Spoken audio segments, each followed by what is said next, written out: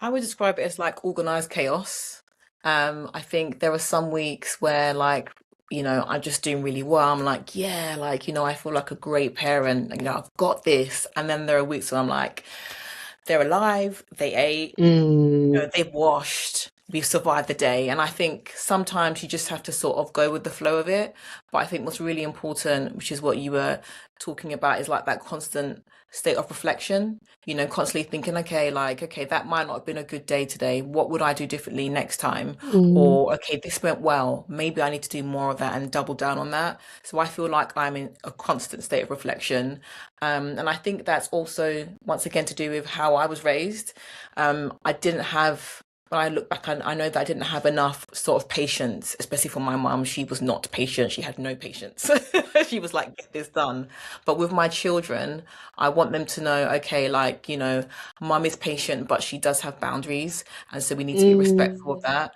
And I want to sort of model how we should treat each other so that when they go into the world, or if they decide to have a relationship, or, to have children of their own, that they can, think back, okay, this is how my parents were with me, so this is how I want to be with, in other spaces and relationships and Mm. stuff. So yeah, it is organized chaos. I don't think there will ever come a time where I'm like, yep, every day is perfect, because I don't think life works that way, and we've got so many things going on.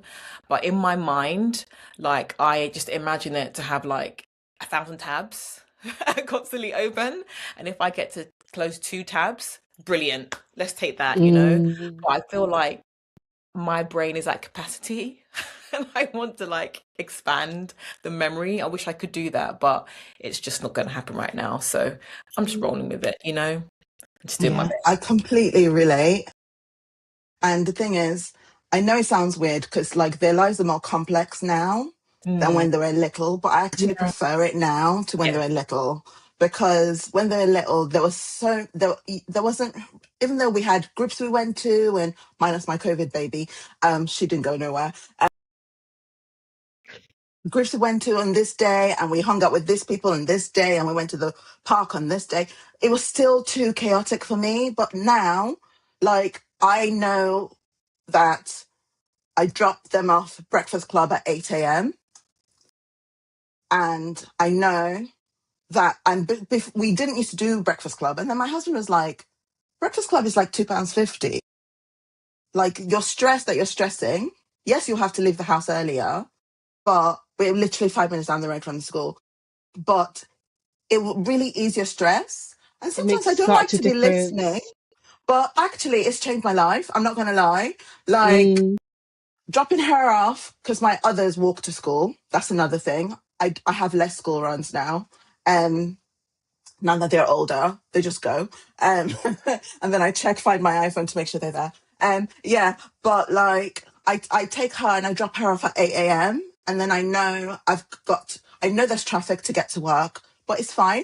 I'm having a little concert in my car. It's self-care. I get home, I get to the work, I do my job.